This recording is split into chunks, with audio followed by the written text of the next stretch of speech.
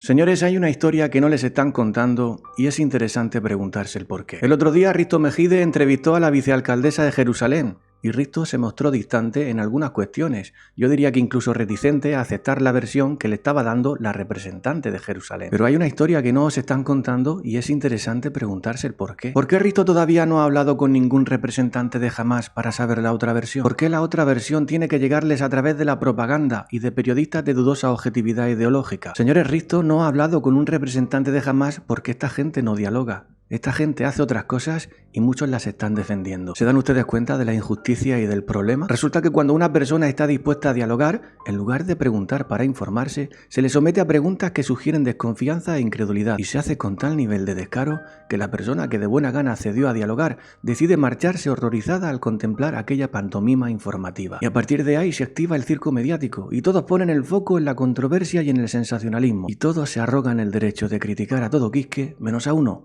que son los que no quieren hablar, porque ellos hacen otras cosas. Y todo el mundo está cayendo en la trampa, todo el mundo está dispuesto a demonizar a quienes acceden a dialogar y no se preguntan siquiera por qué hay otros que no quieren ni siquiera dar la cara. Señores, hay una historia que no les están contando y nadie se pregunta el por qué. El por qué no hay gente del núcleo contando esa historia y solo hay gente con dudosa categoría humana y muy reprobable actitud lanzando chiribitas argumentales para victimizar a un pueblo que ni conoce ni ha ayudado en su vida. Señores, yo tengo muy claro por qué Risto no es capaz de hablar con alguien de Hamás. Y también tengo muy claro la poca vergüenza que tiene que tener alguien para cuestionar la historia de quien de forma educada y pacífica accede a hablar contigo. Y les digo aún más, la historia que no nos están contando no es porque sea incontable, es porque sus narradores oficiales prefieren el caos, el silencio y la manipulación propagandística. Y nadie se está preguntando por qué desde los medios españoles parecen estar más dispuestos a criticar e insultar a quienes están queriendo compartir con nosotros de forma pacífica y educada su forma de ver las cosas. Y puede que no lo crea, pero este es un problema terrible porque es una forma de manipulación brutal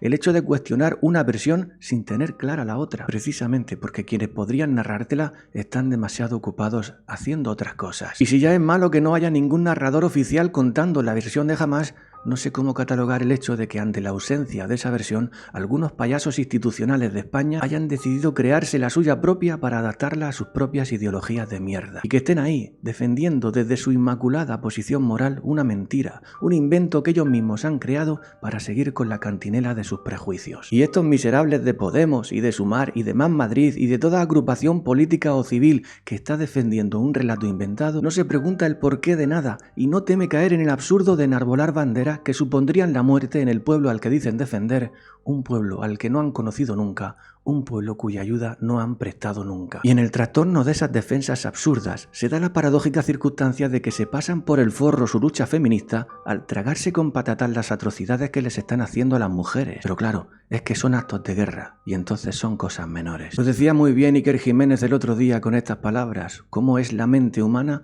cuando defiendes el feminismo y esa mujer es una judía y no una mujer? Señores, estas palabras son claves para entender que la gente no pregunta el porqué de nada y solo está dispuesta a promocionar sin reserva los dislates ideológicos de sus líderes.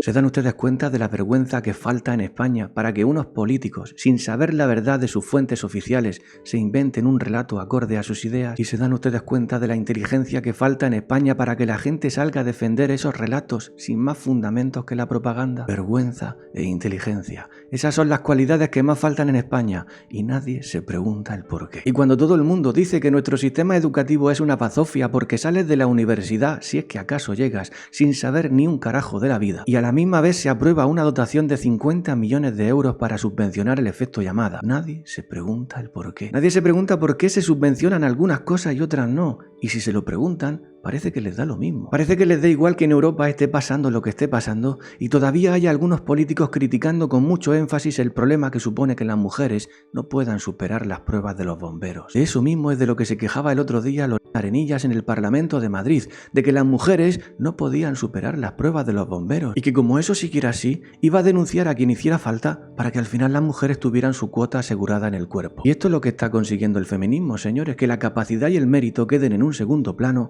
arrodillado ante la imposición ideológica de una cuota que sirva para contentar a los mandamases de las agendas europeas. Y todo esto sucede sin que la gente se pregunte el por qué. Y cuando comprobemos que lo que se está consiguiendo con esto es construir una sociedad más débil y vulnerable, cuando comprobemos que cada vez hay menos gente preparada porque están donde están por puro enchufe ideológico, cuando comprobemos que a lo que nos están abocando es a una sociedad acomplejada, aniñada e incapaz, cuando comprobemos todo eso, entonces será muy tarde, y los que no comulgan con esas ruedas de molino se harán con el control del panorama, y aunque la gente entonces se pregunte el por qué, ya habrá sido demasiado tarde. Iker Jiménez también dijo algo muy importante que está relacionado con todo esto y me gustaría transcribirlo para ustedes. Dijo así: cuando la gente espera a que el código ideológico y político les diga si tienen que aterrorizarse o no, a mí eso sí que me da miedo, porque me demuestra la psicopatía que muchos estudios han dicho sobre la humanidad, sobre nosotros mismos, que somos más psicópatas de lo que pensamos. Debe ser una ventaja para el psicópata social eso de que los circuitos no imbrinquen del todo en el cerebro y no sientan las cosas. Pues sí, señores, Iker critica, y yo creo que con razón, esa vena psicópata que según dicen todos tenemos, pero es que además de eso yo creo que la gente es muy borrega.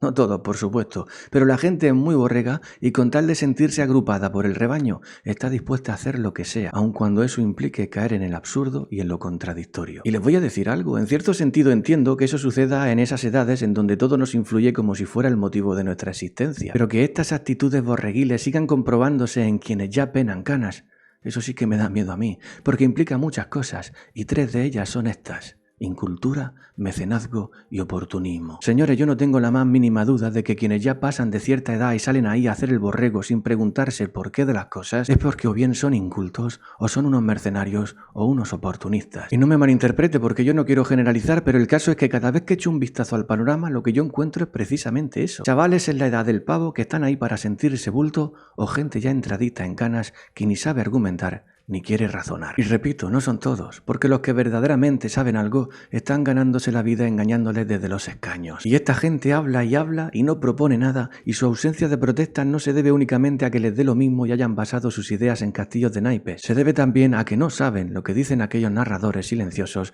a los que supuestamente defienden, y como no lo saben, se lo tienen que inventar. Y la gente que acude a todas estas manifestaciones inventadas no se pregunta el porqué. Y en este punto del vídeo a mí me gustaría lanzar la siguiente pregunta: ¿va usted a hacer algo? Cuando los tiempos terribles golpeen a su puerta, ¿va usted a hacer algo o se limitará a mirar hacia otro lado, a pensar que todo está bien, a que se está exagerando, a olvidarlo cuando lleguen las urnas porque sigue prefiriendo que le roben los suyos los que inventan sobre el silencio de los demás? ¿Van ustedes a hacer algo o se van a limitar a permitir que controlen cada aspecto de su vida a través del miedo, la barbarie y el infundio? Pues que sepa que los que están haciendo eso no están proponiendo nada y hay que preguntarse el porqué.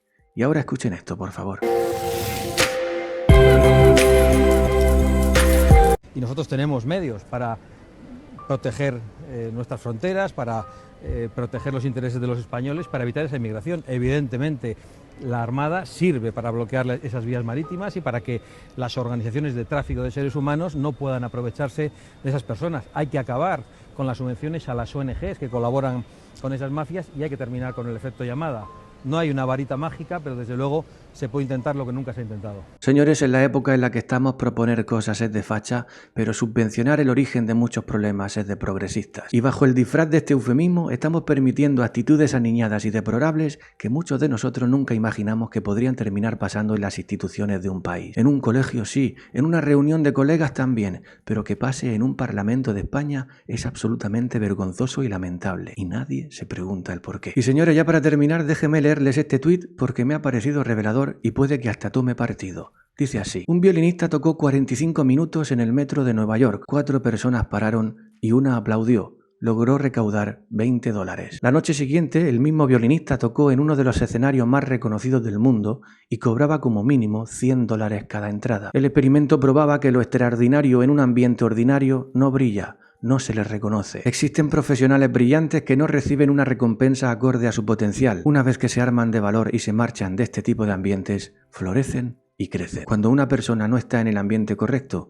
la gente podrá pasar por su lado y no ver lo excepcionales que son. Señores, si ustedes creen que valen más de lo que reciben, no lo duden. Abran sus alas y vuelen. Vuelen libres y vuelen alto. Pero espere, ¿las facturas quién las paga? Esa es la trampa en la que nos tienen presos. Nada más por hoy, señores. Muchísimas gracias por estar ahí. Ya sabéis que si veis los anuncios y le dais al like, me ayudáis muchísimo. Espero que estéis bien, que nada ni nadie os impida ser felices y sed bienvenidos al Teatro de Will.